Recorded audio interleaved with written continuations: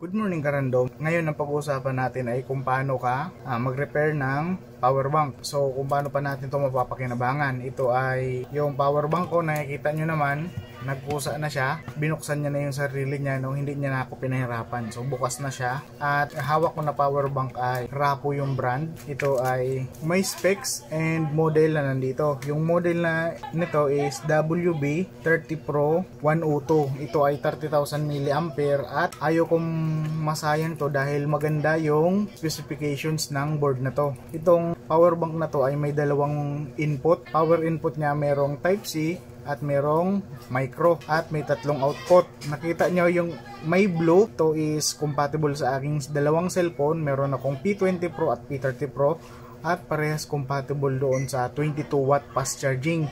Kaya pag dito ako naka-charge, parang din ako naka-charge sa aking original na charger. Kaya ayaw ko siyang masayang. So ang una kong plano is pagkabukas, sisilipin ko yung part number ng pouch cell na to at i-check ko sa online kung meron. Ang malungkot lang doon ay walang seller dito sa Pilipinas na nagbebenta ng ganitong pouch cell, kaya't hindi ka makakabili ng replacement. Ano ba yung mga senyales na dapat natin gawin? Ang mga tools na gagamitin ko is meron ako ditong pangsulda, meron din ako ditong precision screw, meron din akong flare cutter. Tapos, ang una natin gagawin is inspectionin natin. Ito is prior sa video, pinep ko na siya. May mga screw yan. So, syempre, kung ganitong power bank yung bubuksan nyo, pwede nyo itong sundan. Pero kung magkaiba tayo ng brand, kunin nyo lang yung concept kung paano siya mapakinabangan pa. Ngayon, ang gagawin mo is tatanggalin mo yung mga screw ng motherboard. Tapos, binaklas ko na din siya. At ito, yung makikita mo. So, yan.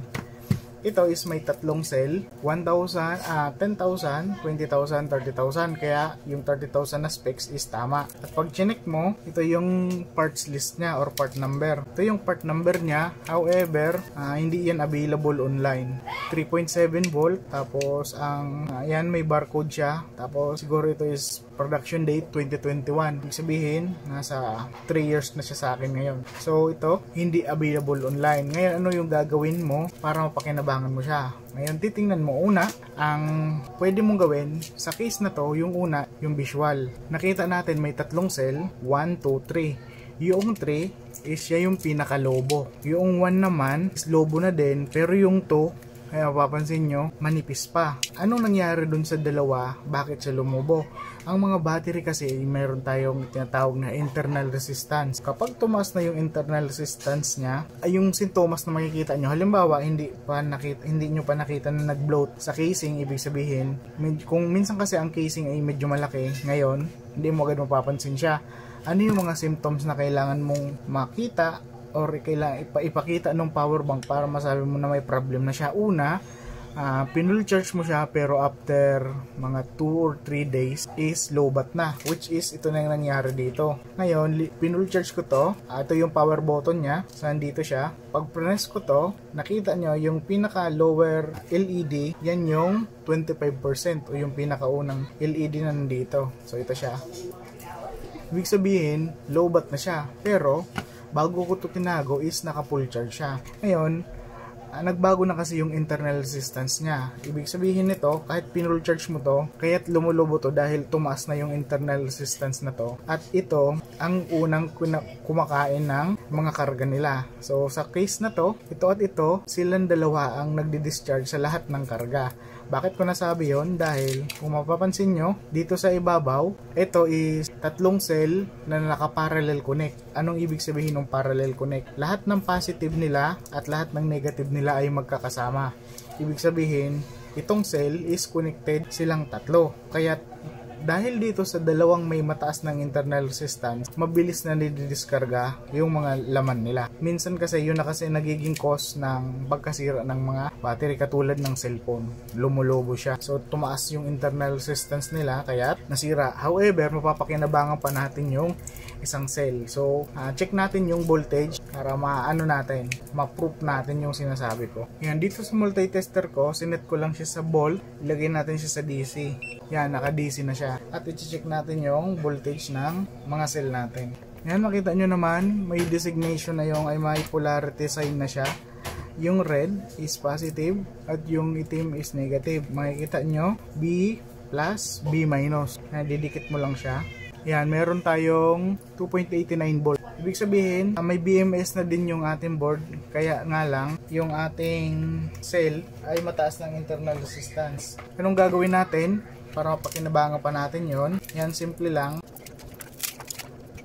Gagawin ko lang ay tatanggalin ko yung dalawang cell na to.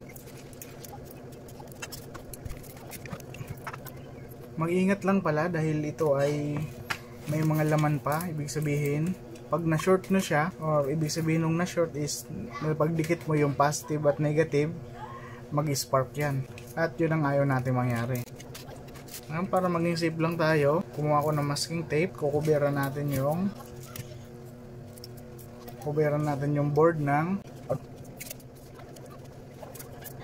dahil mahirap ng matsambahan para hindi masira.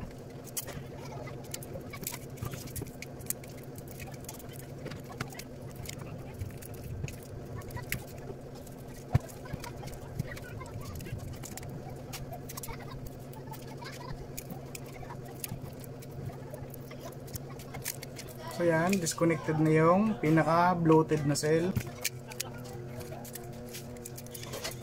Kunin natin yung Kapton tape. Itong parang gold na to, Kapton tape yan. Heat resistant yan. Nandito, putulin na lang din natin siya.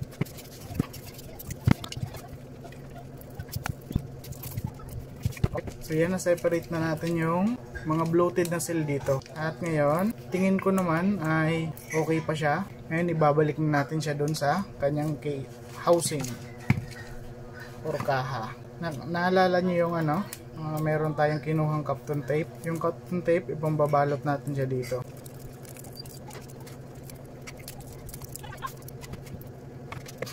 Tapos, para sure na hindi siya galaw ng galaw, lalagyan natin siya ng double-sided tape. Hanapin ko na muna yung magiging posisyon niya dito.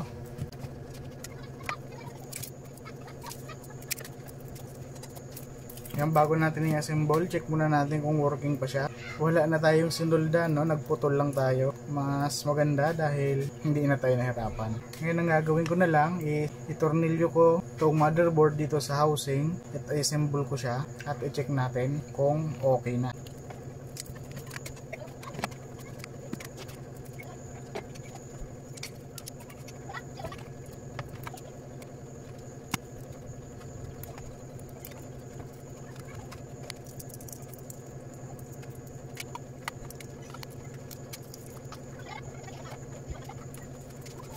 Yan, ang ginagawa ko pala is bago ko siya ina-assemble, i-check mo muna siya kung working. Baka hindi sayang ang effort mo.